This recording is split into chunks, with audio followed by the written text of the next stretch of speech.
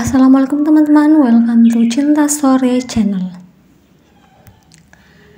Cerita dari Cinta Story berjudul Cinta yang Bodoh Part 12.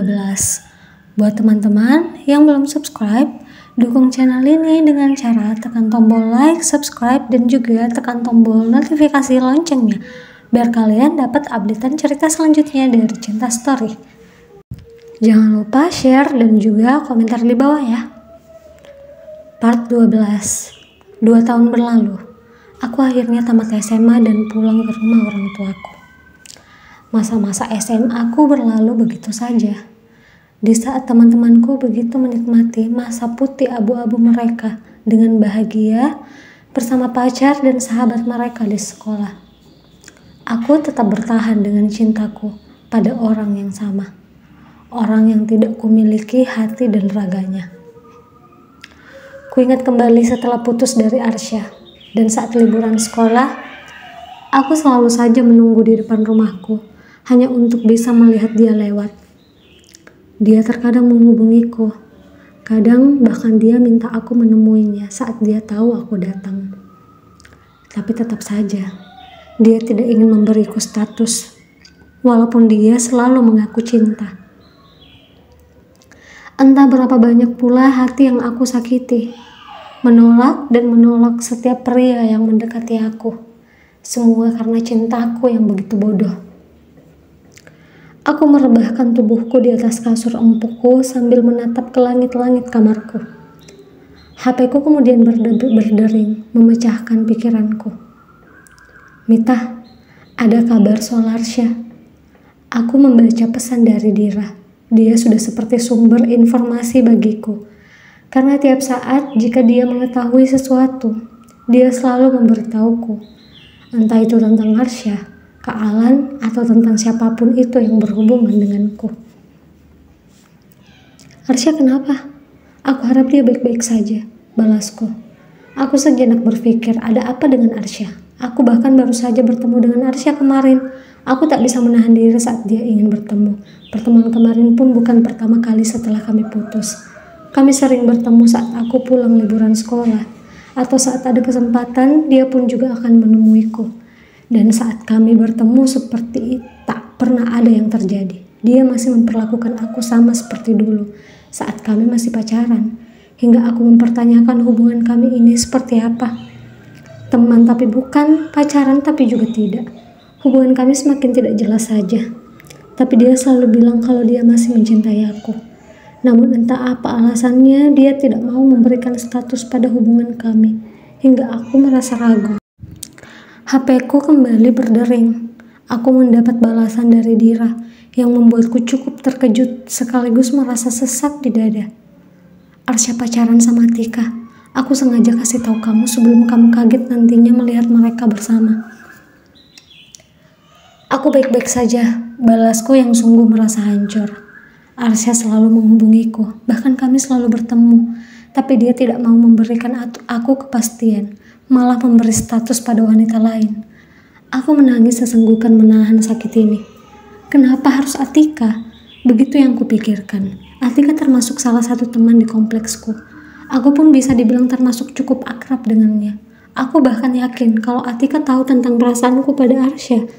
Dira pasti juga sudah bilang ke dia. Bagaimana mungkin dia menutup mata dan telinganya seolah tak peduli dengan rasa sakit hatiku.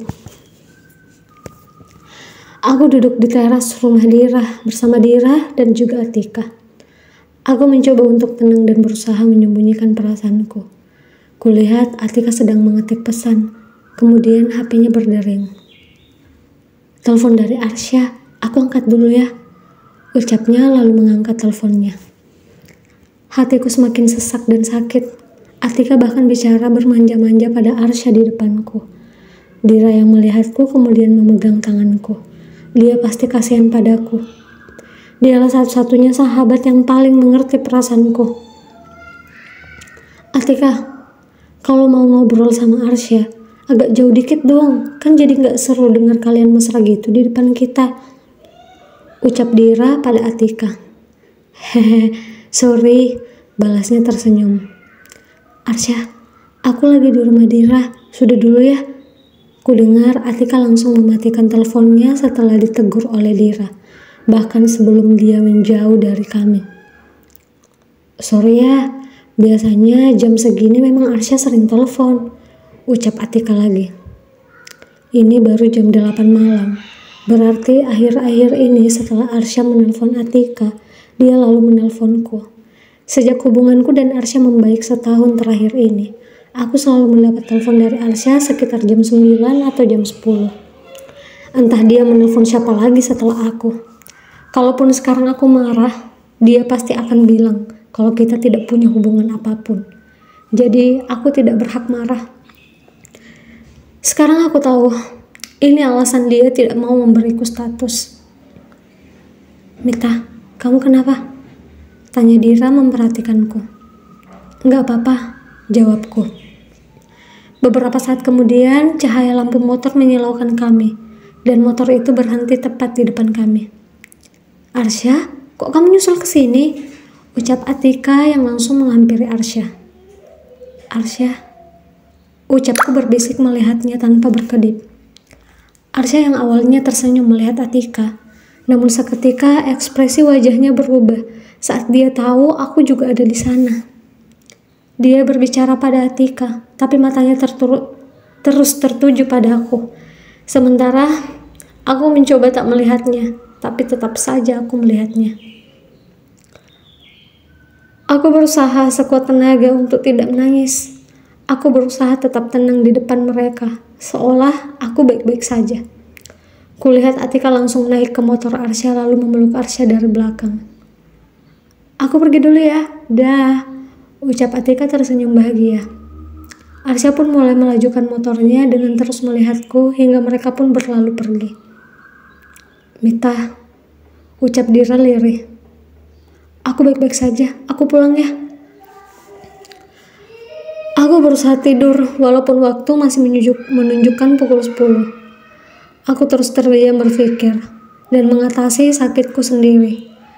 Dulu Arsya memang bilang tak bisa setia, tapi melihatnya bersama temanku sendiri jauh lebih sakit kurasakan. HP ku tiba-tiba berdering. Kulihat Arsya yang menelponku.